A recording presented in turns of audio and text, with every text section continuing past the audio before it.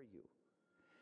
But hopefully what you will hear presented tonight, will be something that whets your appetite, and some of the things that you hear the Holy Spirit might bring them back to you at a different time, and you might understand it more a little later, all right?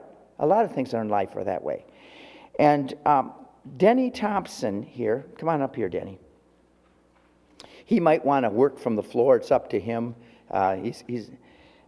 Denny Thompson was whispering into some of our ears some points out, and we were saying, speak up, Denny, tell us, man.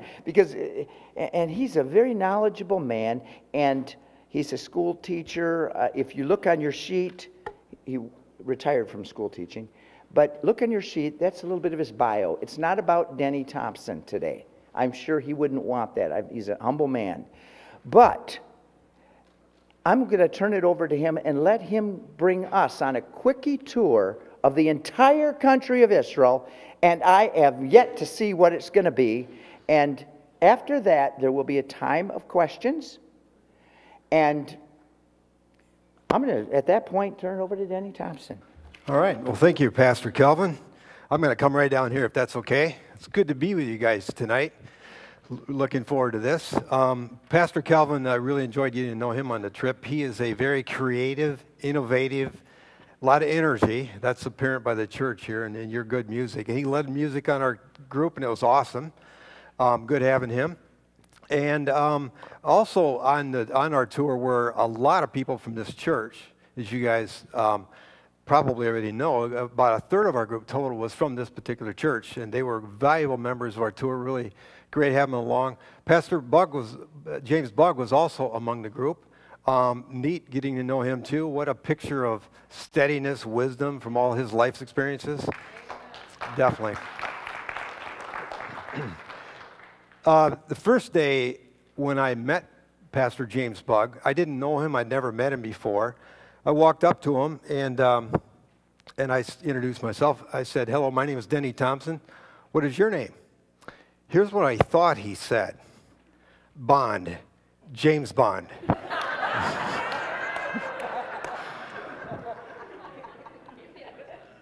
Okay, now my reaction is what you just did, but I couldn't do that out loud because I didn't know what to say at that point. So I was thinking either A, he's messing with me a little bit here, B, that really is his name, or C, I didn't hear him right. So I asked the second time, I said, "What'd you say your name was?" And here's what I thought he said a second time. Bond. James Bond. So I'm thinking, okay, that must be his name. Well, the next day of the tour, I heard somebody talk about Pastor James Bugg, and I got to thinking, I wonder if I somehow didn't hear this right. I said, "Could you point out Pastor Bugg to me?" And they did. And man, I felt really low because one thing I didn't mention a minute ago is I kind of said after that second time he said his name, I said, "Boy, you must get teased about your name a lot." And he said occasionally. Then when I realized what his real name was and he thought I was somehow teasing him about his name when I didn't hear him right, I really felt low. I explained that to him, and he's a great guy. He didn't hold that against me, so that was good. Yep.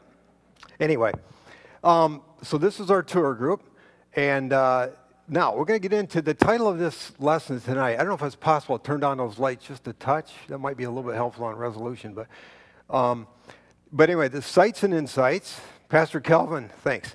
That was his idea. He came up with this idea. Sights meaning Israel itself. We're going to take a tour of Israel, and it's going to be pretty fast. I'm going to try to give you an overview of Israel and all of its major regions. We're going to see it in all the regions, and as much as we can see in about the next 35 minutes for that segment. Then the second part is going to be insights. I'm going to take two specific teachings of Jesus and put them back in context and see if we can gain a couple additional insights as to what he was teaching. Now, that's my passion. I love to study the context of the Bible. I was a former geography history teacher, so it's kind of a natural fit, but I'm just fascinated by this. Okay? So let's do this. All right, beginning with Israel itself here. Now, to give you an idea, most people are very shocked at how small it is. There it is, compared to the United States. We could put Israel in Lake Michigan and have a lot of Lake Michigan left over. It's very tiny. Now, from God's perspective, a couple things about Israel from God's perspective. How he views this land. Now, there's so much in the Bible, I'm only going to point out a couple of them. Here's just a couple verses that are in the Scriptures. For this is what the Lord Almighty says, after he has honored me and has sent me against the nations that have plundered you, for whoever touches you touches the apple of his eye. And for this is what the Lord Almighty says. It is the land that your Lord, your God, cares for. His eyes of the Lord, your God, are continually on it from the beginning of the year to its end. Now, the question might be, a serious question might be in looking at Israel, why did God choose that land? Why that little piece of land, that tiny little piece of land? Why there? Now, if you look at this overhead, you can see some of the major nations of the world that were off to that direction, which would be to the east. Over history were Assyria, Persia, Babylon, and many, many others. And then to the north we have Greece and Rome and all the others. And then on the other side in Africa is Egypt. Well, it just so happens that Israel is right exactly on the crossroads. God chose Israel because it's in the middle of everything. It's right there. Now, it would have been easier for Israel if they had been in like New Zealand or somewhere like that. But they're right in the middle of it. And so that's very significant. The road that goes right through the center of Israel was the superhighway of the world. It's called the Via Maris. That just means the way of the sea. It's a Latin word. It literally goes right through it. In fact, if you notice above the Sea of Galilee, you can see it goes right by Capernaum, which is the hometown of Jesus. Now, specifically more into some of the sites of Israel. Okay? First of all, Israel, as a country, half of it is very dry. The Bible refers to it, the Hebrew word is midbar or midbar. It means wilderness or desert. Sometimes we'll see it interpreted, translated as desert, sometimes as wilderness, same thing. But if you look, you can see the whole southern part of Israel, generally that's called the Negev desert, is all desert. And in that little section to the right, which you can't see the yellow wording I have, I notice doesn't show up so good, but that little in the eastern region, that's very, very dry too. Now, you have a map in front of you, I believe, looks something like this, and I filled in some regions that are not on this map. I just will show this one time to time because that's what you have in your handout. In the southern part, here's a picture of that Negev desert, what it looks like. This dry area in the south. It's a very, very large area. In the eastern part, the eastern desert, looks quite a bit different. And one of the reasons it looks so different is check out the landscape. Notice where that yellow arrow is pointing that the eastern desert is on extreme downslope. The center part of the country is very high, the highlands, and as you go across that highland area and go down, it's an extremely quick drop. In about 14 miles, it drops about 4,000 feet, creating some very, very interesting landforms. Now, this is a picture from Jerusalem looking down into that valley. What you're actually looking in the distance is the country of Jordan. So you can get this idea how small everything is.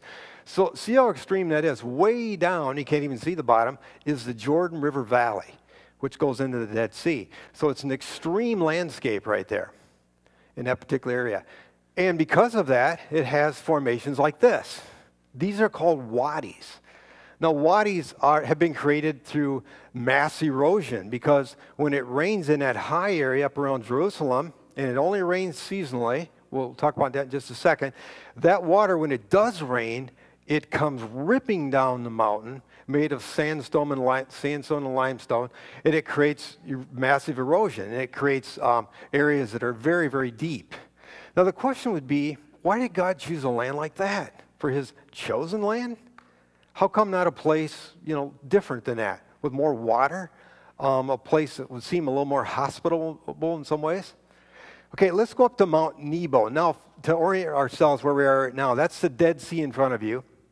Back up a little bit so that the light's on your face. I'm sorry. Okay. Yeah, I'm sorry. Here we go. I was a 7th grade teacher, so I'm used to wandering all over the place and trying to make sure the kids are behaving. So you guys can act up and I'll feel right at home. Okay, I was telling the group before, probably the scariest thing, I'm a retired 7th grade teacher at this point, but I think the scariest thing about being a middle school teacher is you actually learn how to think like a 7th grader. And that is scary, believe me. Back to this, sorry. I'll try to stay in this area. Okay, now that is the country of Jordan we're looking at right there. Mount Nebo is a mountain in Jordan. Now that happens to be the place where Moses stopped with the Israelites, and he didn't get to go any further. You remember some of what he had done, his sin he had done, and he didn't get to go further. He's actually buried up there. So we're looking towards the country of Jordan. And the reason I'm showing this is because from that spot, here's what he said. The God spoke through Moses these words. He said, the land you are entering to take over, which is not Jordan, it's Israel in front of us here, so it'd be like this way, is not like the land of Egypt, from which you have come, where you have planted your seeds and irrigated it by foot as in a vegetable garden. Now, that green area up there is called Goshen, and the little green band, that's the country of Egypt we're looking at to the left here, I should mention. And Israel, of course, is off to the right or to the east.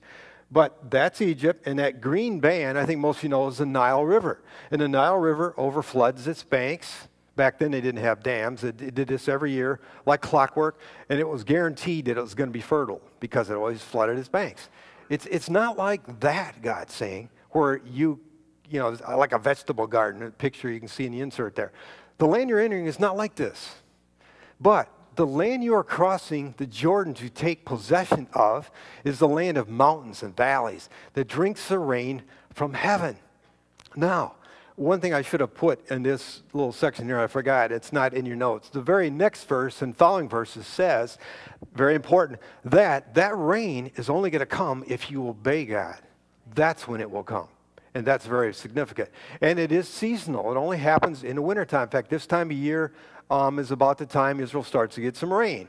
But it only happens during this time of the year.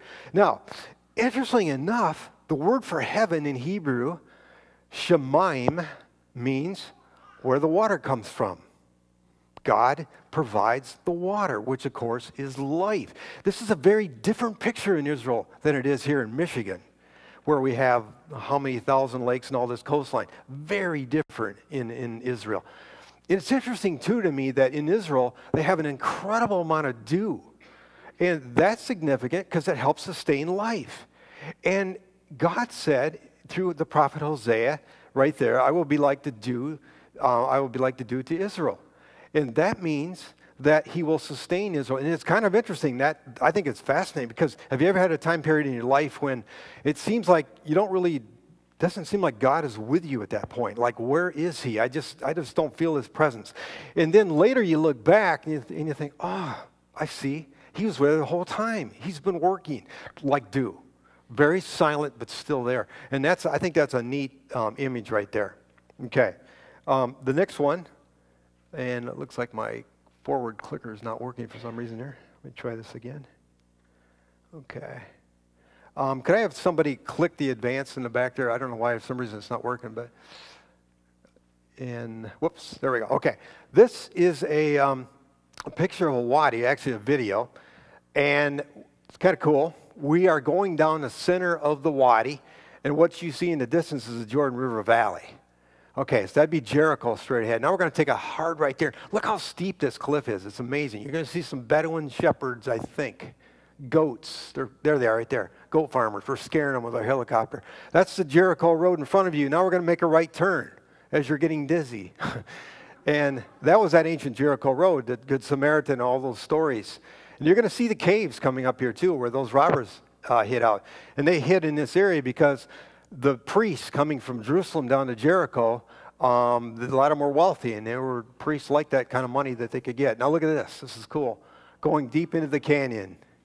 And now we see, as we're moving around into the canyon, this is a monastery coming into view. I'm showing you, you can see this amazing landscape. It's pretty incredible. Okay? That's called St. George's Monastery. Jerusalem would be straight ahead of us about another 12 miles. And Jesus and his disciples walked those roads all the time. There we go. It's working again. Okay. Now, the other regions, besides that dry wilderness area, let's look at some more. The Rift Valley. The Rift Valley is that area down actually it's on the border of Israel and Jordan. And it's where the Jordan River is, the Dead Sea, and the Sea of Galilee above. Now, and you have a map that I've written in the Rift Valley. Here's that three-dimensional view again of it. You can see that extreme landscape, the sharp valley going down. The Dead Sea, as we'll see in a minute, is over about 1,400 feet below sea level. It's always fascinating driving from Jerusalem down into the Dead Sea area. And you see a sign that says sea level. And then you have a long way to go yet. Very different. Now, this area, that valley, is, you notice in the scriptures how many times we hear about earthquakes? Lots. And there's probably earthquakes to come in the future, too, it sounds like in prophecy. Well, one reason is, of course, God is in control, and he could create an earthquake at any time. But this area happens to be right on the center of the Rift Valley. The Rift Valley goes all the way down into Africa. It's created huge lakes like Lake Victoria and Tanganyika. It goes up the Red Sea, but it goes right into Israel. And that's very significant. Now, in the northern part of Israel, above the Rift Valley, is called Mount Hermon. That's the water source for the Jordan River. See the Sea of Galilee, how low it is? It's the lowest body of fresh water in the world, almost 700 feet below sea level. And you can see the Dead Sea almost 1,400 feet below sea level. I put a couple arrows there because the baptismal site that we used and the other tourists use is up by the Sea of Galilee. The likely spot that Jesus used is called Bethany. I mean, not the likely spot. The place he was is Bethany by the Jordan. The likely location is right there. You couldn't baptize there today because it's too shallow. There's hardly any water right there.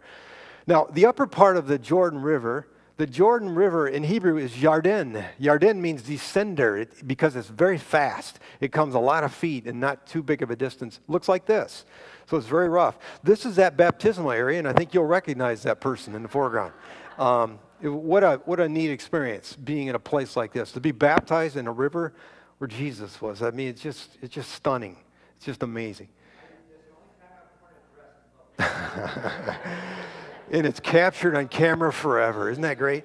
You gotta love pictures and cameras. You can't hide from them. They're always there. All right, now the Dead Sea.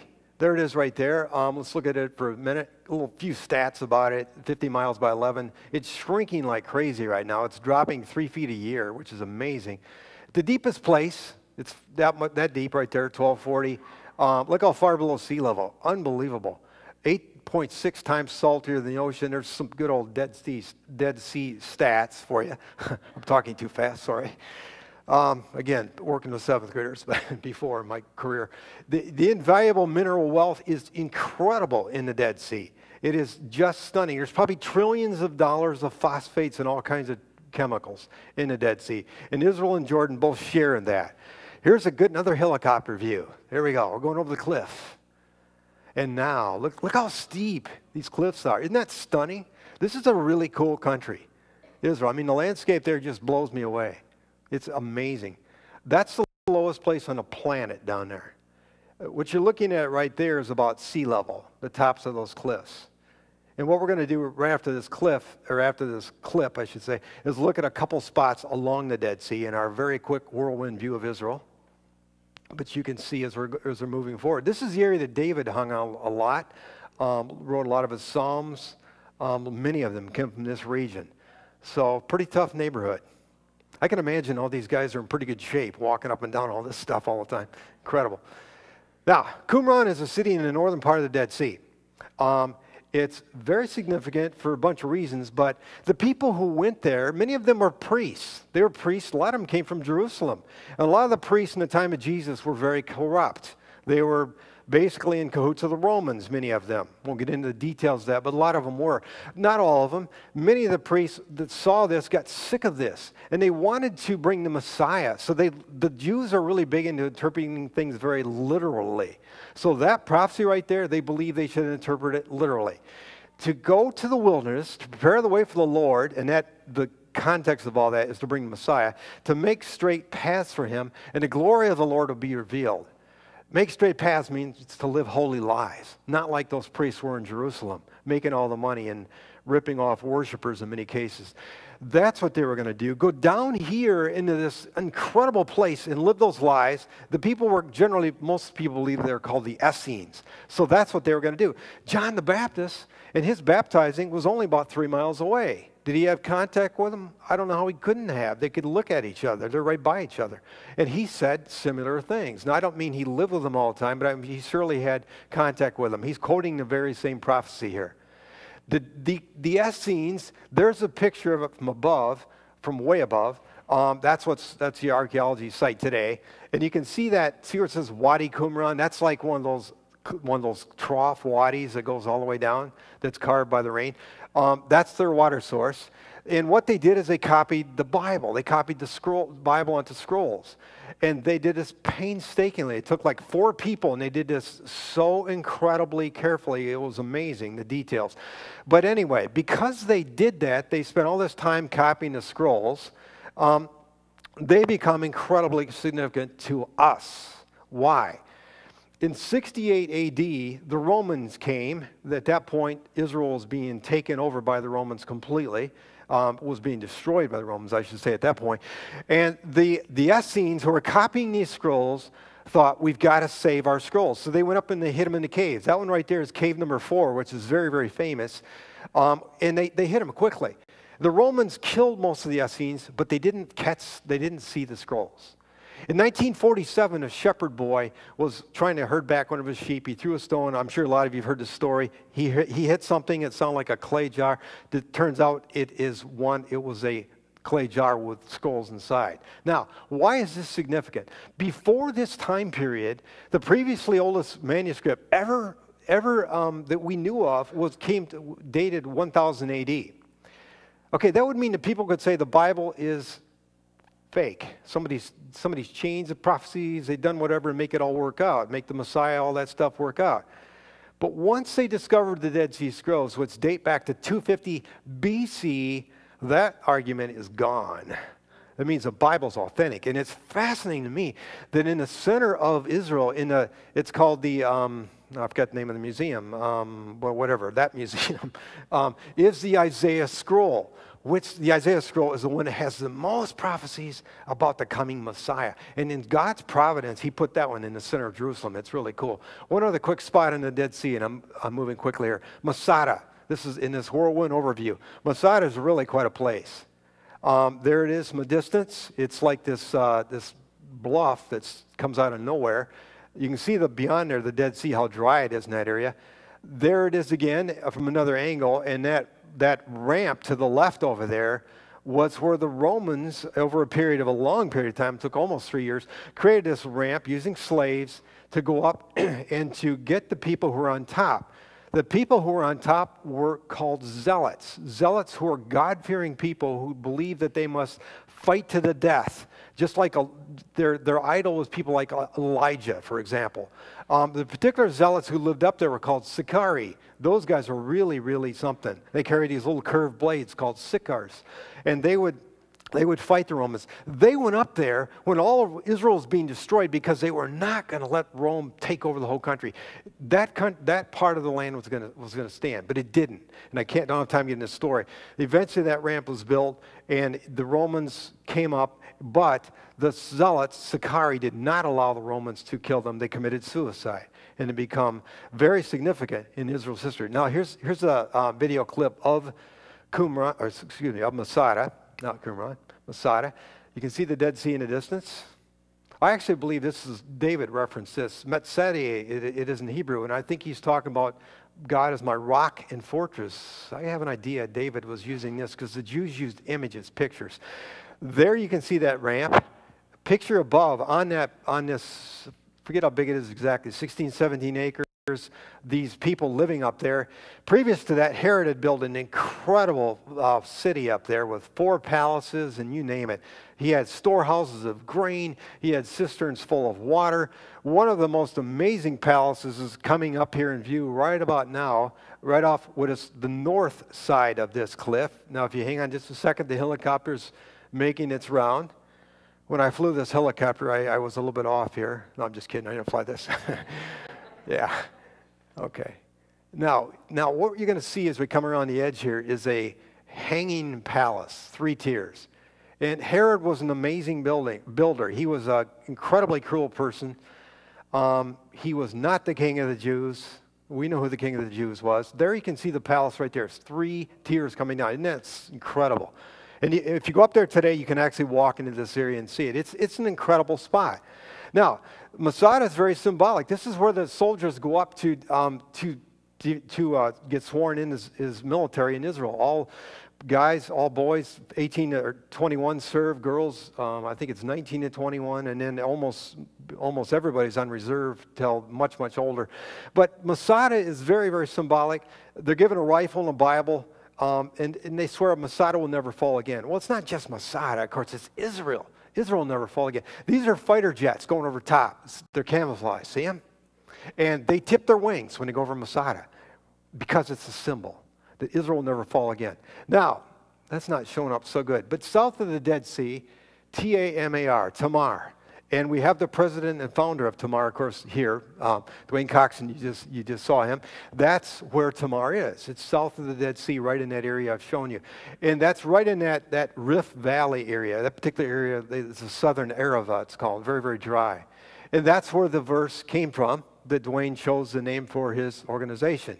That one right there, which I think is really, really cool. And I was reading the other day that roses are becoming a huge export in the desert today. They're phenomenal roses. The desert seems like it can grow like anything if you just add water. I could not believe all the greenhouses that line all through the Rift Valley that grow pesticide-free fruits and vegetables all over the place. This is an amazing site. It really is. Tamar is really something. There's so many levels of history here.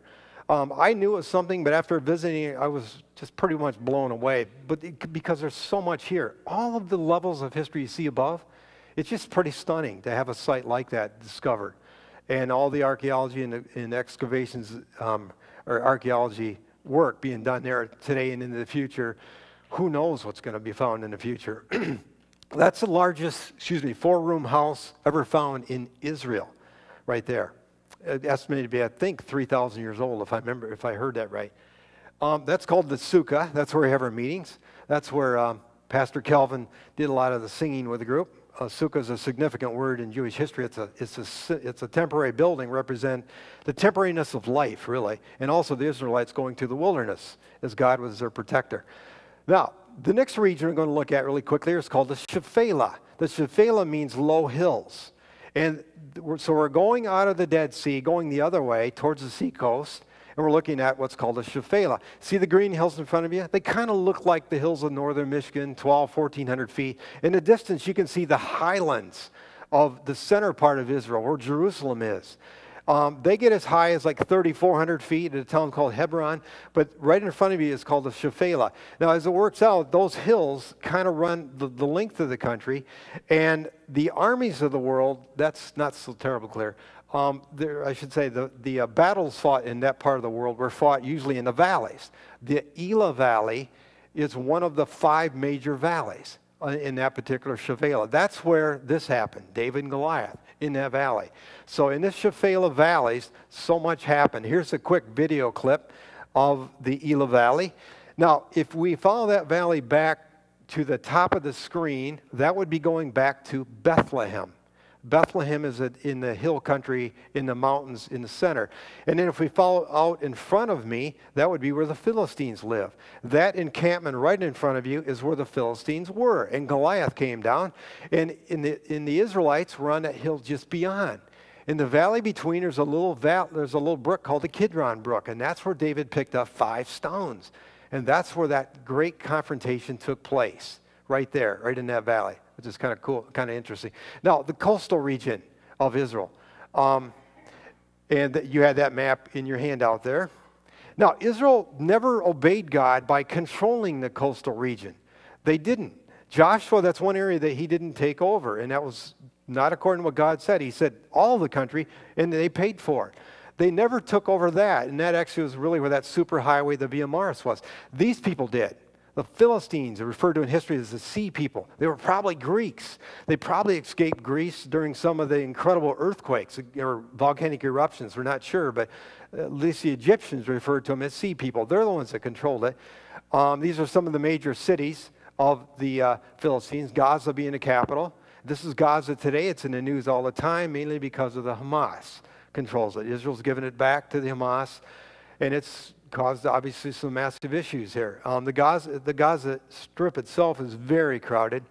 It's a very high birth rate, and it's extremely difficult living conditions there. Now, on up the seacoast, let's go to the biggest city. It's called Tel Aviv. Tel Aviv's not that old, because in 1909, 60 families, Tel Aviv's in front of you there, right straight up the map. 60 families got tired of the cramped quarters in a town right in front of us, which is called Jaffa. Does that ring a bell? Yeah, Jonah and Peter was there. He had this vision of remember the 4 sheets coming down. Anyway, they bought some land to create this new town, so it's really pretty new. Now, Tel Aviv is like the center of unbelievable innovations. Commercial, technical, medical research. I read about something all the time. It just blows me away. One of the ways Jewish people bless the earth is by their unbelievable ingenuity. The inventions that they come up with are truly stunning. And Tel Aviv is like a hub of all this. Here's a video clip of it. That is Jaffa right in front of you. That's one of the very few natural seaports they have in the country where Jonah set sail. And in front of you, moving ahead, is Tel Aviv, a very large city, very, very well known. Many Russian Jewish immigrants live here. And as I said, it's a newer city. So to find ancient ruins, that's not your place. Jerusalem is, for sure. Jerusalem's incredible. But Tel Aviv has its own very important significance in Israel. It's the hub of so many things. Okay, I put this up here because you got to see this. We don't see these here, do we? Yeah, kosher McDonald's. We don't have those in Hudsonville or Jenison, at least I haven't seen any, but they do over there, of course. Now, Caesarea. Caesarea, remember I said a minute ago that Israel doesn't have many natural seaports, and they didn't. So Herod the Great, these Herods get all mixed up because we got all these sons and all that, but Herod the Great, the one who was the king at the time, the Christmas story, when Jesus was born, built this place called Caesarea. And Caesarea, you can see this lack of seaports. I put the arrows to show that it's real straight coastline. Just they don't have natural harbors. But Herod the Great said, okay, I'll just make one. We'll just make one. This is a picture of Caesarea today. It's really something. You can spend a lot of time here. No record of Jesus ever going here, but there is a Paul and some of the apostles. Herod had built this. This become the headquarters of the Roman army. You can see the theater down there. He built this in classic Roman fashion. And the Romans copied the Greeks. Their model was Alexander the Great. They loved his lifestyle, very pagan. And so when Herod wanted to pick up the Roman idea, he built the theater. He built an incredible palace going out in the ocean there. He built the hippodrome, which I'll show you a picture of what that looked like, where they had chariot races. And then he built, you can see that dark stuff in the water. And if you're a deep sea diver, go here, because they take tours. You can get on there and dive. That's ancient walls. And I'll show you what they probably look like. First, the theater. There's the theater. It seats about 4,000. You can stand right in the front and talk, and people can hear you in the back. It's pretty interesting. Now, here's a picture of the hippodrome. It's unbelievably huge. It had to be very huge because they had this going on there. Now, this Caesarea was in Israel, but it rivaled Rome, which is incredible. This seaport was really amazing that Herod built. Now, here's what they think it might have looked like. And that's pretty incredible. To go build this out in the ocean, to do this kind of stuff is just amazing. To use wooden frames and poured concrete and to do all this extending out 1,500 feet, and I saw details of how it was. It's just mind-boggling that you could build something like this. This is where Paul had a couple of his missionary journeys came from this area. He was also in prison in this area. And this is where Peter come up to meet a guy named Cornelius, who became the first Gentile convert. Okay, now here's a video of Caesarea. Drink just a little bit of water here.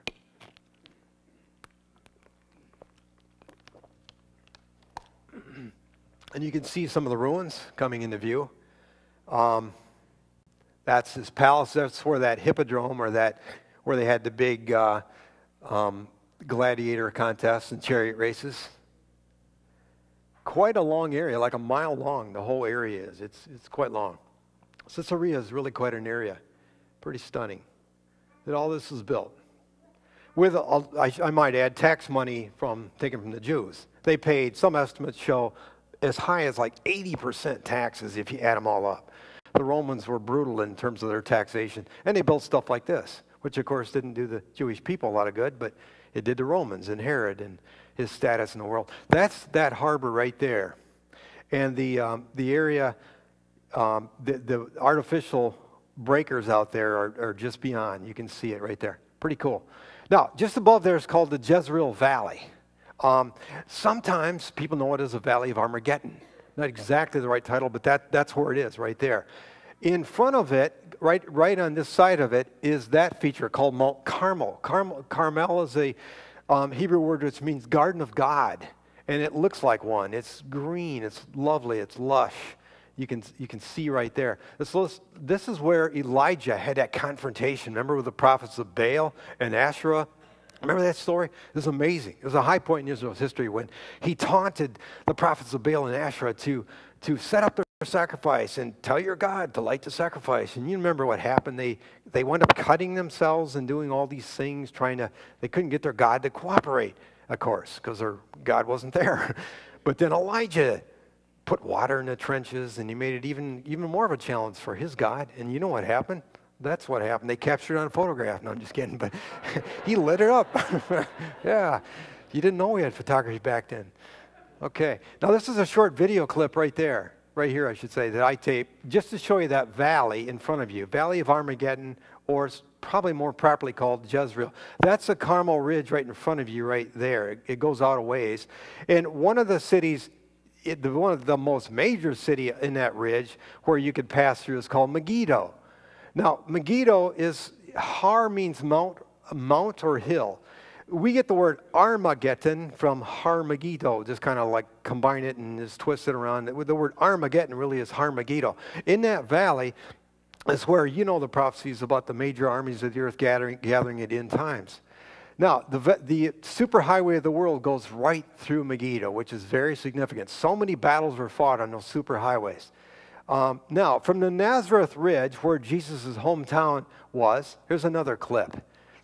And to orient you, what's going on here, is you're looking back at the town of Nazareth behind. And the town of Nazareth today is like 60,000 Arabs in combination of Arabs and Christians, Arabs also. And in the distance is a Jewish settlement way back there. In the time of Jesus, probably 200 people. Today, about 60,000. Now, in the foreground now you can see the Valley of Armageddon, or Jezreel Valley, showing up. That's called Mount Tabor in the distance. When the Jews first came back in bigger numbers in the late 1800s, that was a swamp, malaria infested. Nobody really cared about Israel. It lied in ruins. Mark Twain wrote a book about it, and he couldn't believe what a mess it was. The Jews brought all this back. This land just came back. Many of them got malaria working in those malarial swamps, bringing this land back. This and another area in the north called the Hula Valley. You can see how rich and fertile it is. Now, that's Mount Gilboa at the end of the valley where Saul lost his life along with his sons. Now, let's go up into Galilee for a minute, up in the northern part. The Galilee looks a lot different than the deserts because it's much greener. There's more rain in the north. The Sea of Galilee, not really a sea, it's a lake. Ancient Hebrews only had one word for water. It was yam, which meant everything. Sea, whatever. Because they weren't water people, they were land people. So there was this misunderstanding that that's not really a sea, it's a lake. The Jews usually call it Lake Kinnereth, which means harp, H-A-R-P, because it kind of looks like a harp. It's unbelievably beautiful. It really is. And here is a view from the south. Now, what we're looking at is that those hills right there are the Golan Heights. And here comes the Sea of Galilee in the foreground here. We're looking at it from the southern part of the country, or the southern part of the lake, I should say, looking north of the lake. In Jesus' time, the recorded ministry has been almost entirely in the northern part of the lake. There actually was a Roman garrison down on the left side in a town called Tiberias. That was the Herod that wanted to meet Jesus at Passover, Herod Antipas. He was the son of Herod the Great. Now, the next one here is a nice picture in the northern part of the Sea of Galilee. It's truly a beautiful place.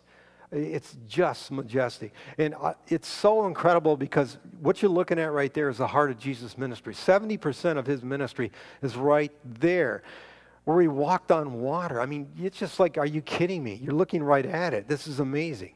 All these things are just right here. The Mount of Beatitudes, I think I messed that up there, okay. Hopefully you can hear me okay. Is right here. That's where the famous Sermon on the Mount took place. Another angle from above looking down, and just picture all these people gathered listening to this incredible teaching that Jesus was doing. Actually, what he was doing is he was taking the teachings from Sinai, the Ten Commandments, and he was fulfilling giving fulfilled meaning of them. He was expanding the meaning of them. Okay, and you can see some other places here. Capernaum, I've got highlighted. Let's go there for just a second. The hometown of Jesus. And there's a synagogue. It's a really amazing synagogue because it's the one, it was his hometown synagogue. There it is from the short helicopter view. If you notice all those brownish areas that look like they're rubble, those are homes, and they're built around the synagogue, except that one with a spaceship over it, which is actually a church. That one right by the water there. They built that church like 100 years ago over Peter's house. But the homes themselves, this is a synagogue, and this is the one where Jesus taught in. This to me is almost one of the most amazing places in the country. Remember that story of the Roman centurion that Jesus, had healed a servant? Well, he provided the money. This is it. The actual level of the synagogue was below. The white part you're seeing here was built about 200 years later, but this is the actual spot, the actual floor of the synagogue. Now, those are homes, actual homes, the ruins of walls and so forth. And they were, as I mentioned, built around the synagogue, because the synagogue was not just the church or the synagogue, it was the courthouse, the school, the everything, the gathering place. When Jesus uses all these teachings, he's talking about so many Jewish customs that once we understand what they look like, it makes more sense. When he said this, he's talking about a custom in Jewish homes. When a son got married, it would be customary for the father to build another room in a house for that new son and his eventual new bride. So that's like an image here of this. And it's striking to me how small these are. These are really small homes built around here. But they're built very close, and they're built around the synagogue. Oh, that's right. I had this picture here. That shows the first level of the first century level of the synagogue. That's the basalt level. Basalt is like volcanic rock because this is a volcanic area. Remember that Rift Valley? That's the actual synagogue right there, that dark area. Now, that area straight ahead of you is called the Golan Heights. You've heard about that in the news probably. In biblical time period, it was a very pagan area during most of Israel's history, not all of it. It's called the Land of the Seven, where Joshua drove out the Jebusites and the Canaanites. Later become known as the Decapolis, where the Roman soldiers were given places to set up cities. There were 10 cities. Deca means 10. The rabbis had called it the other side, or a far country, because it was pagan. Because it's very pagan land. That's where that legion who was in the chains, he lived over there. This is probably where the prodigal son went. He went to a far country. Not far geographically, far religiously and lifestyle. Because in that area it was extremely pagan. It was right across the water from where Jesus was teaching his disciples. This is a boat that we went on. We spent time touring on. It was just awesome. And it was just really amazing. There was Messianic Jews, that means Jews who accepted Jesus as their Messiah, who sang. And it was so touching. It was just really, really cool.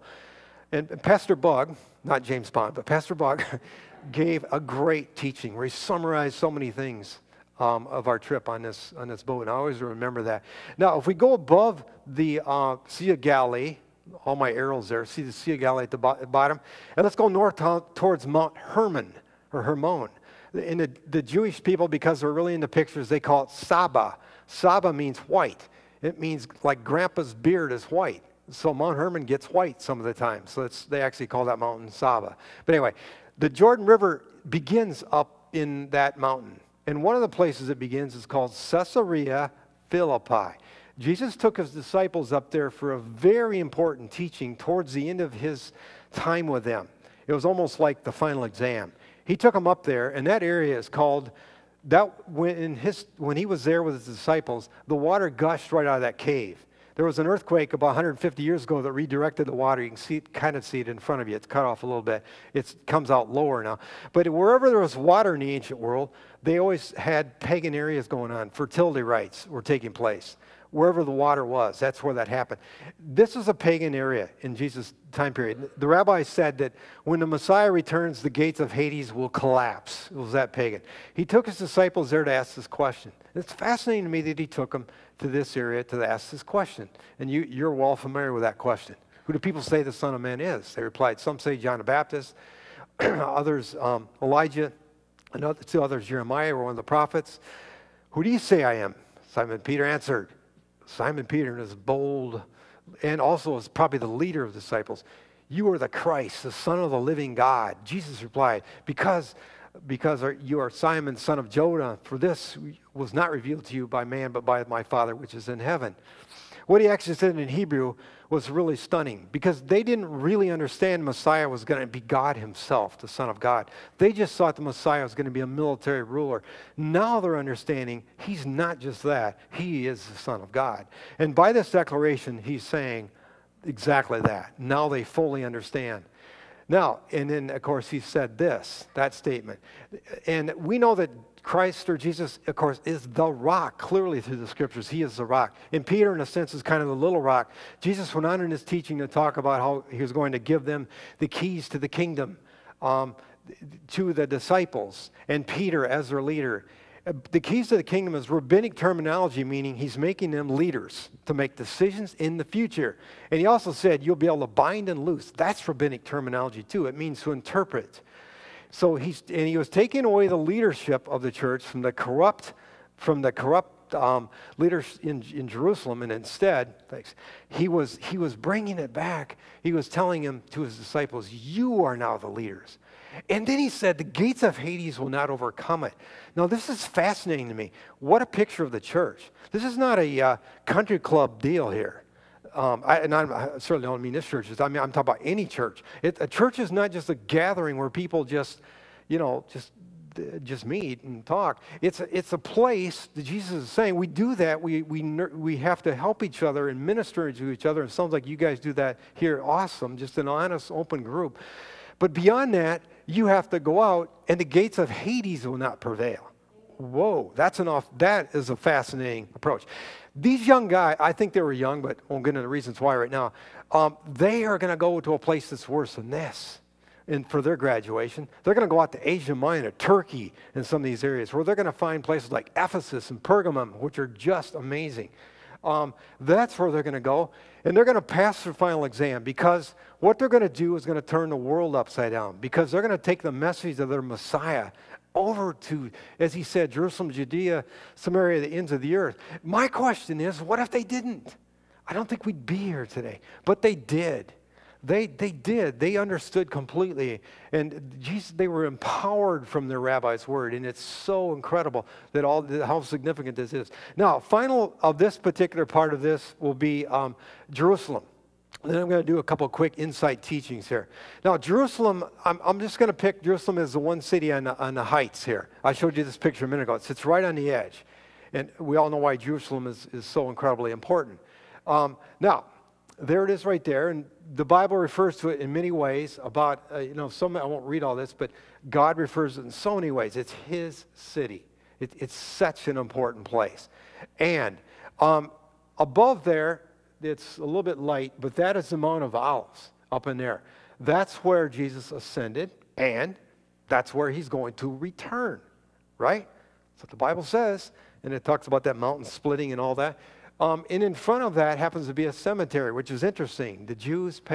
Many Jews have paid a lot of money to be buried there, because there in the scriptures talks about the final judgment taking place in the valley between the Mount of Olives and that Golden Dome building where the temple once stood. That valley between is where the Bible says that final judgment will take place. And it says, on that day, when all the nations of the earth are gathered together against thee, I'll make Jerusalem an immovable rock. The nations will be hurt who try to go against it. Now, isn't that true today? Look what's going on in Jerusalem. they're talking about dividing it. They're talking about splitting it up. But God is saying this is his city. It always was and it always will be his city. And it's fascinating. Now, this is our group going from the Mount of Olives headed down towards the Garden of Gethsemane. And you can see that Dome of the Rock building in front. This is the Garden of Gethsemane. And it's really amazing to think that some of these trees are 2,000 years old. What does that mean? That means that Jesus could have leaned against that tree right in front of us here. That's just stunning. And that doesn't mean that tree is necessary, that doesn't mean anything. It's just fascinating to see something that old and to think it's so incredible. But the olive tree, by the way, has so many meanings in the scriptures. It is mind-boggling if you study the olive tree and its significance. Okay, now this is what Jerusalem looked like in Jesus' day. And you can see the area in front of you there in the center is the Temple Mount. We'll look at a couple of these other regions. The area to the right of it is David's city, it's called. And then there's a lower city and an upper city. So that's basically what Jerusalem looked like in the time of Jesus. This is what it looks like today. I've outlined the Temple Mount in yellow. And then you can see some of the major quarters where the groups live today. The Muslim quarter, the Christian quarter, Armenian, and then the Jewish quarter. Now, this is a couple clips from the Jewish quarter. You can see the people. It's a really cool place to go. I think our group loved going through the old city. So many cool things to find. It's so busy. It's so much action going on. And it's so old. It's fascinating. These little kids are cute. Little Orthodox Jewish boys.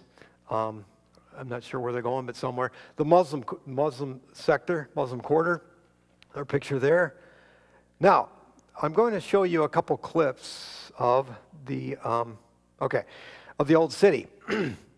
And now, what we're looking at right now is in the distance, I don't know if you can see the tower straight in the center right now, but it happens to be the Mount of Olives, straight ahead right now, right in the dead center.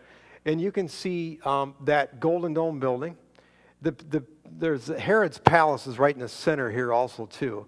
But this is just kind of an overview of what the old city looked like. No, I'm only pointing at one screen here. So that's the Mount of Olives. Here's the Temple Mount area. Here's the rest of the old city. Now, we're going to move in a little bit closer on the next one. We're going to look at David's city. David's city is the oldest part of Jerusalem. It's 3,000 years old. So let's go there for a minute. This is a really cool helicopter view. Now, when Jesus was in Jerusalem, during his time period, Jerusalem was that big. David's city is 1,000 years before that. And here's what it looked like. Here's what it looks like today, but we'll get a view of the whole thing. Now, we're circling around the corner of David's city. And here, as we kind of go around the corner, that's that valley that goes between Jerusalem and the Mount of Olives on the other direction. The buses down there, which are coming into view right now, are where there is some sources of water. And the water that supplied Old Jerusalem is called the Gihon Spring. We're going to talk about that a lot in just a second in a teaching. The Gihon Spring was its only source of water, its major source. Now, as the helicopter moves around, I want you to see, this is a really cool view of the city itself looking back towards the temple. Now, here it comes. There it is. Today, it's the Dome of the Rock and the Temple Mount. And now you can see how steep the sides are. And right about now, you can get an idea what it looked like from David's city looking back up at what was then a temple right here. That's David's city. Now let's take a quick look at the Temple Mount itself and the Western Wall. We're going to zoom in on that. See where the Western Wall is today and where it would have been on the temple at that time. Okay, here are people praying at the wall, putting prayers in the wall. Our group did. It's a meaningful place. It's the closest the Jews understand that they had to their ancient temple. And that's very significant. By the way, some of these stones, this actual wall goes 40 feet lower than what it is today from all the destruction. Some of the stones, one of them in particular, weighs 600 tons. We don't really know how they moved them. That was built during Herod's time also. Okay, now this is a clip of the Temple Mount. And I'll be wrapping up this portion of it and going into a couple of very short little insight teachings. And there we go. You can see the Temple Mount moving away. There it is, the Golden Dome. The temple once stood there, and the western wall is going to come into view. It's straight below in that open area, and you will see it. And there we go. And that's that area to kind of give you perspective. Okay.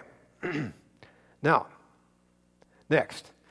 I hope it isn't too much overload too quick, but I'm going to do 2 quick teachings with you. Is that okay? All right. Here we go. I'm trying to cover all Israel quick. Is hard to do, but I try to do my best there. Now, you have the notes on your backside.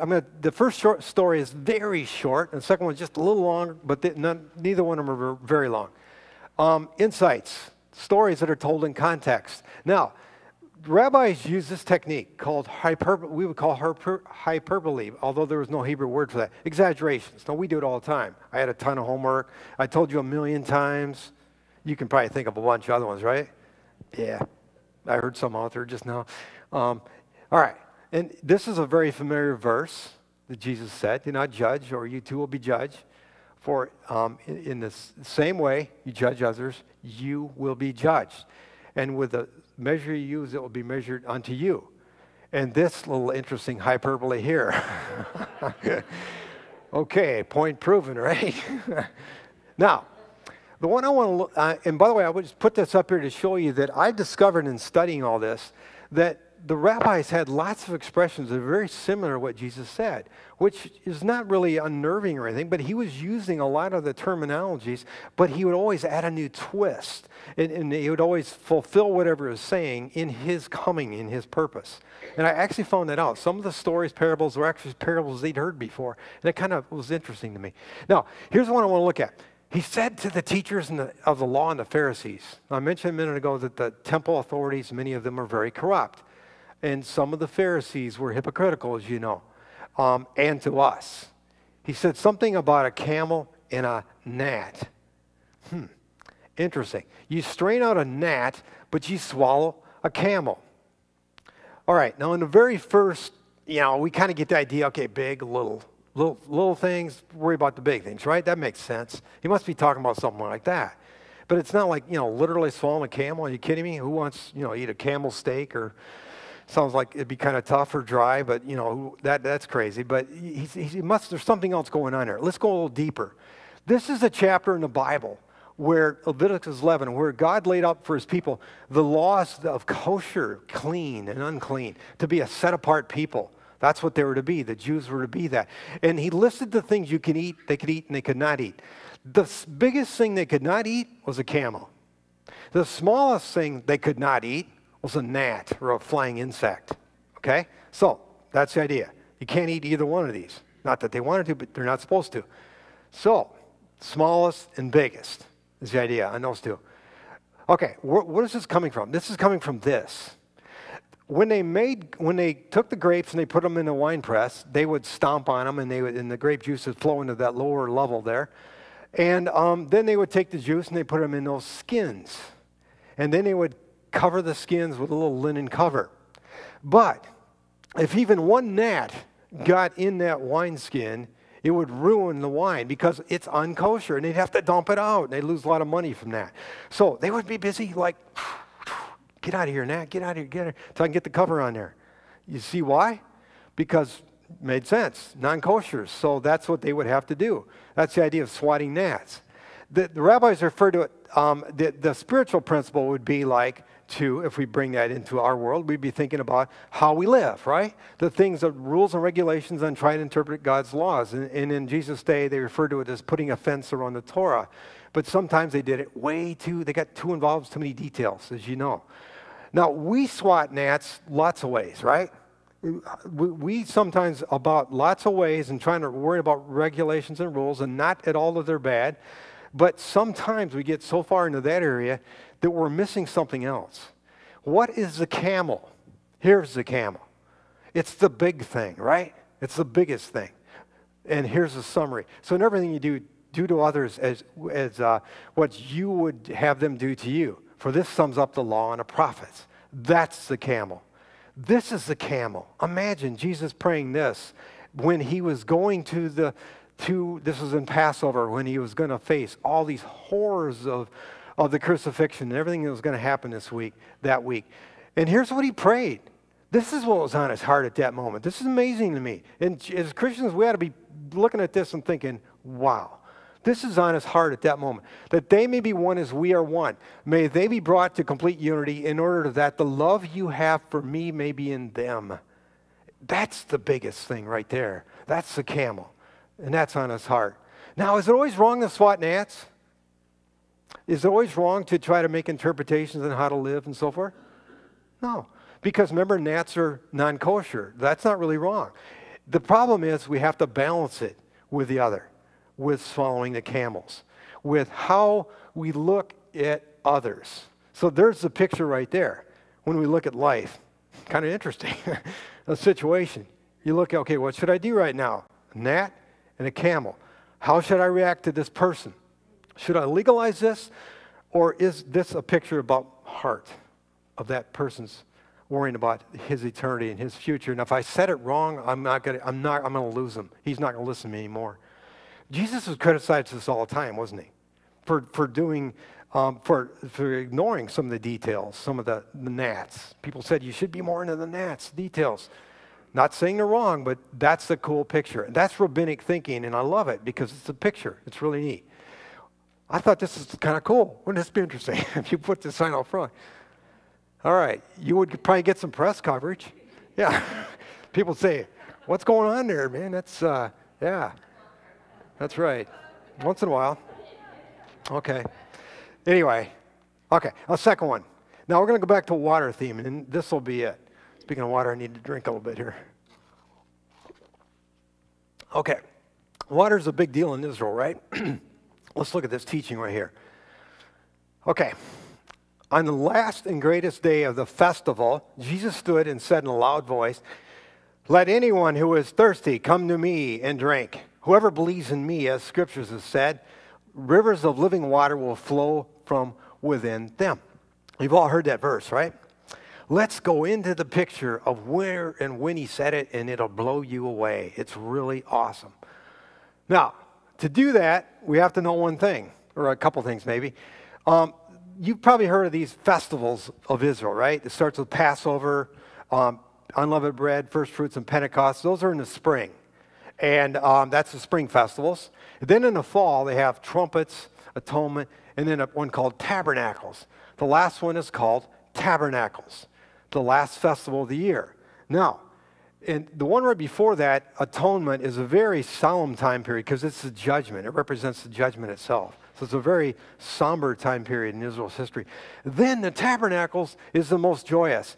Feast of Tabernacles becomes centered around the idea of God bring us rain. These festivals a lot of them were based around the harvest crops of Israel. And when it rained in Israel, when it does rain in Israel, is November to February, seasonal.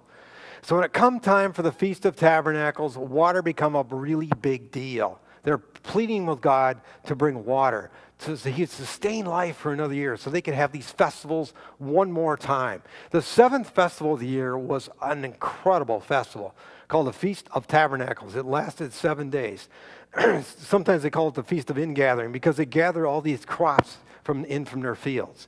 And it was this giant deal of bringing in all this stuff. And in Israel, boy, those who have been there, their crops are amazing. Their olives and grapes and they're just huge and they're really amazing.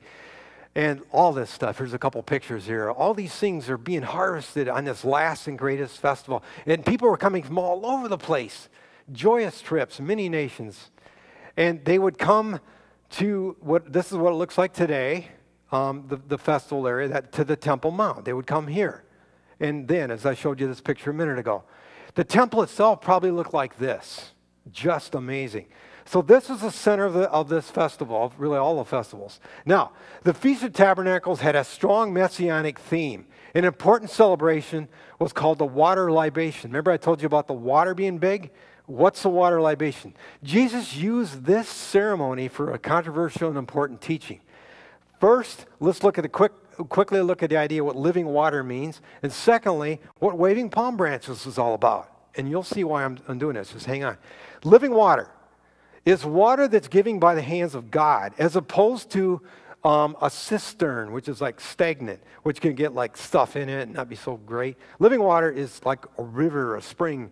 It is very significant. They call it being given by the hands of God. And that's where they would be ritually immersed, or kind of like baptism in a kind of a sense, in that kind of a water, that type of water. And God himself, I didn't put these in your notes, these particular ones, used so many different images of water, applying them to himself, his provision, and his salvation.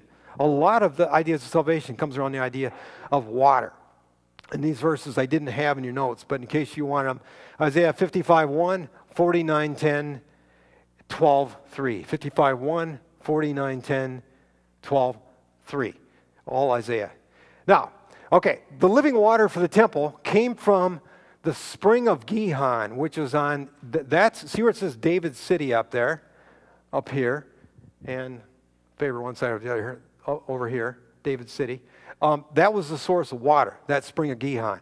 It was the temple's source of living water, because Gihon means gusher. The water would just pour into that cave. And it went into a pool called the Pool of Shalom, I bet you heard of. Here's like a little drawing, schematic drawing, that kind of shows how it might have looked like. And there's a lot of history behind this spring. Now, at the base of the temple, at the Temple Mount, there was all kinds of, they're called mikvahs, plurals mikvot, but they're ritual baths. That's what they were. And they filled them with this living water. Here's one right here. Okay, so here's what it looked like maybe in Jesus' day, going in and out of the temple. Worshippers going up. Those who are going up to participate in the sacrifices had to be ritually immersed in one of those ritual pools, water from the Gihon spring. Now, here's what it looks like from David's city. Probably. I mean, that's what we think it might have looked like. See the Pool of Siloam looking up there? There's a big festival going to happen right now, and it's going to happen in the Pool of Siloam, connected up to the Temple Mount. And here's the deal. Every morning of this Feast of Tabernacles, the high priest led a joyous procession from the temple to the Pool of Siloam. And they were just singing and dancing. Here they go. And they shouted, Hosanna, which we would say Hosanna, which means save us. And they would wave palm branches. Okay? And they would quote this amazing section in Israel's history when Solomon dedicated the temple. If my people are humble by my name, will call upon him and pray. That section. Right there. That's what they would do. They would wave palm branches and say Hosanna. And then, paraphrasing it, is it's fall. It's not rain for 6 months. God save us by sending rain. Please. We need the rain. Now, they would wave the palm branches. And you know what it sounds like when thousands of people wave palm branches? I've heard this. Rain. Just like rain. It's amazing. I was in a group of 2,000 people waving palm branches. It sounds just like rain. So that's what they're doing, symbolizing, God, please bring us this rain that we need so badly.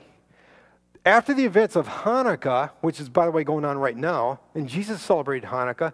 In John 7, it's called Feast of Dedication. That's the other word for it. Hanukkah was when the temple was taken over by the Syrians. And this one little group of Jews called the Maccabees went in and took it back. It was an incredible story. They lit the candles of the menorah, didn't have enough oil for only one day, and it burned for 8 total. But after Hanukkah, and this would apply for the time of Jesus, waving a palm branch took on 2 meanings. Save us by sending rain, and save us from our enemies. So when Jesus came down the Mount of Olives, and they were saying Hosanna, Hosanna, waving palm branches, this wasn't some kind of little friendly little deal. This is like, let's get the Romans. Let's kill the Romans. Save us. Kill these Romans. Son of David is an action-packed. That means the king. The king will deliver us. That's the Messiah they were looking for. And that's why so many didn't follow him ultimately. Because they wanted him to save them, waving their palm branches from the... there was a violent anti-Roman teaching at that time. They wanted to be saved from the Romans. Now, Jewish tradition says the time God declared whether or not there be rain for the coming year was then. For 7 days, almost finished here, the priestly procession went to the Pool of Siloam, brought water in a pitcher to the altar in the priest's courts. They all marched around the altar one time. The high priest then ascended the ramp. On the altar were 2 basins. There they are. Drink offering, wine, red, and the water on the altar. The priest took the water libation, and he also took out the high priest poured out the water libation just as a drink offering was poured out on the altar. Picture the 2 fluids meeting and going to the base of the altar in this symbol. They all waved their palm branches And they toward the altar and they sang messianic psalms. Oh Lord, save us, Hosanna. Oh Lord, save us, grant us success. Now, on the seventh day, that was like the greatest of all these great days. That's when they're really, really excited. It's called Hoshana Rabbah, which means save us greatly. The great day of salvation, the great day of water, of salvation. In that setting, for 6 days, they would go around the altar one time. On this day, they go around 7 times. A very, very special day, right? Now, somewhere around 30 AD, on this day, you guessed it. In this setting, right after a trip to the pool of Siloam, the high priest poured out the wine and water libation. The voice of a Galilean rabbi rang out in that setting, exactly at that moment. On the last and greatest day of the festival, that's this day, Jesus stood and said with a loud voice, if anyone is thirsty, let him come to me and drink. Whoever believes in me, as the scriptures have said, streams of living water will flow from within him. Can you imagine the crowd's reaction? Can you imagine in that setting? Stunning. At that moment, he was sick. I just can't even imagine what they were thinking. He was bringing it all together, all these pictures together, showing exactly who it was. In other words, I am the Messiah. I can save you. I can save you now, so you'll never thirst again. I am the fulfillment, Hoshana Rabbah. And, some people, they criticized him. They said, nobody's ever spoken like this man. Others spoke against him in certain ways. Just imagine the reactions. He was saying, though, I am the Messiah, the source of life-giving waters. But it's also a picture of how he was going to do it. Look at this. Picture that. At the cross, just like the altar. The blood and the water from Jesus are flowing together, and it's an amazing picture that he did for us to become our living water and become our Messiah, our source, our salvation. Isn't that amazing? What a picture, what an incredible picture. One last thing really quick. There's another Feast of Tabernacles coming up that you guys are all invited to if you're a follower of Jesus. We're all going to be there, so we might as well get into this a little bit. Look at this in Revelation. And I looked, and there before me was a great multitude that no one could count. That's you guys. It's me. From every nation, tribe, people in every language, standing before the throne and in front of the Lamb. They were wearing white robes, and what were they holding? Yeah, isn't that cool? Palm branches. And what are they doing in this setting, in this context, when Jesus has returned to rule and reign? We are coming to celebrate the Feast of Tabernacle with Jesus present. Whoa. That will be a Hoshana Rabbah. Amazing. Really incredible. Okay, I'm going to conclude right now with a music video I put together. And what this is, just really quick, and it's 4 minutes, and then, and that'll be it. But it is a music video. It's called Shalom Jerusalem by Paul Wilbur. He's a Messianic Jew. He's a great singer. A Messianic Jew means a Jew who has accepted Jesus as his Messiah, which is so cool. We're instructed in the Psalms to pray for the peace of Jerusalem, right? We know that. Hebrew is a word-poor language. There's like 1/10 or 1/11 as many Hebrew words as there are English. Every Hebrew word takes on multiple meanings, is based on context. Shalom means what we know, peace. It means hello, goodbye, peace.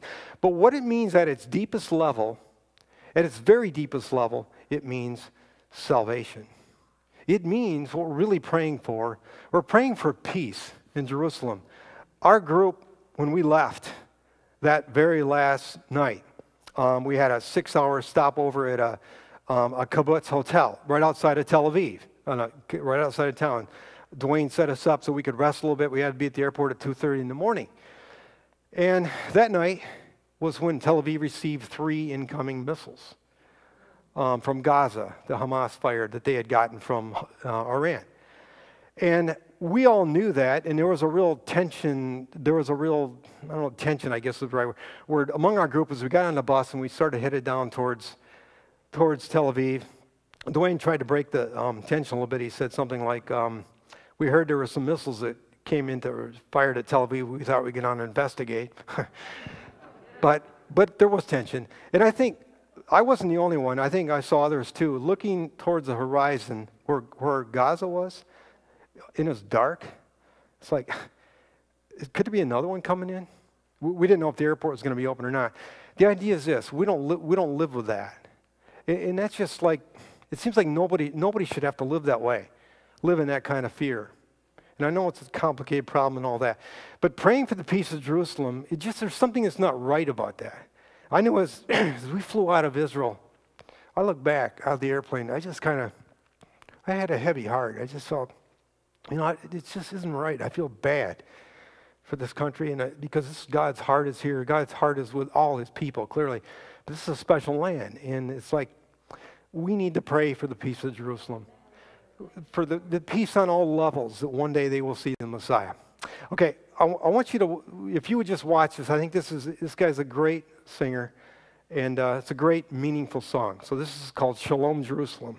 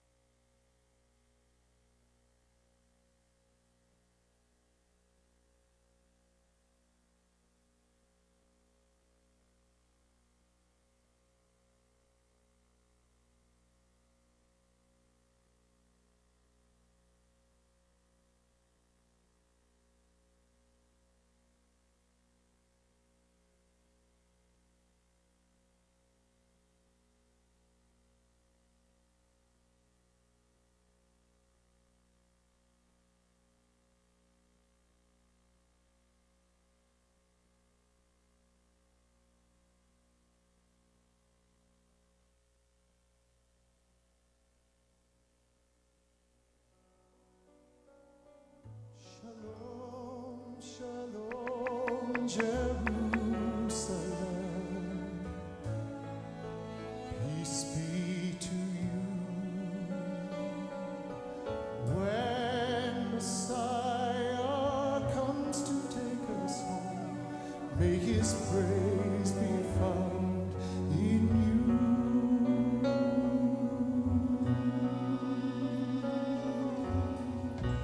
Pray for peace, Jerusalem, city of our God. Their salvation was poured out for you, the atoning of the Lord.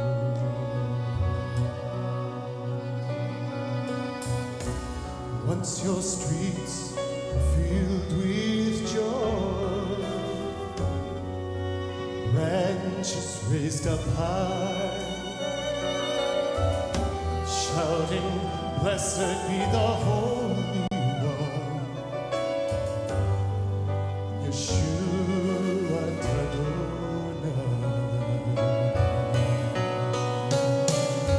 Shalom, shalom, Jerusalem, peace be to you. When Messiah comes to take us home, may his praise be found in you.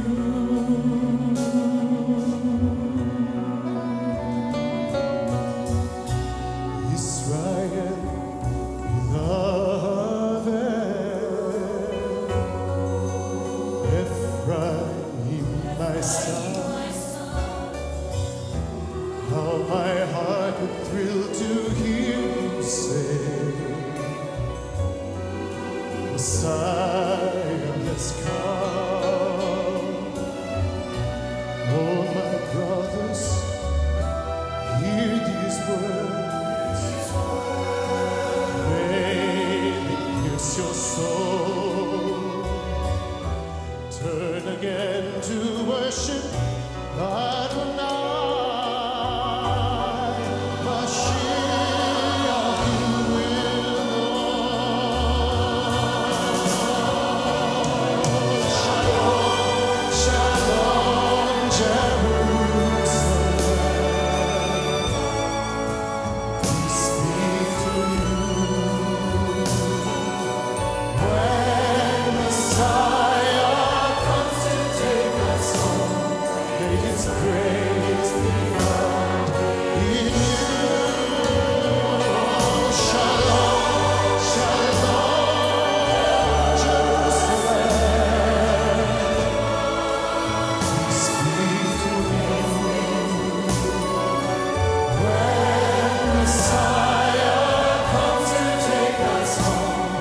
May His praise be found in you.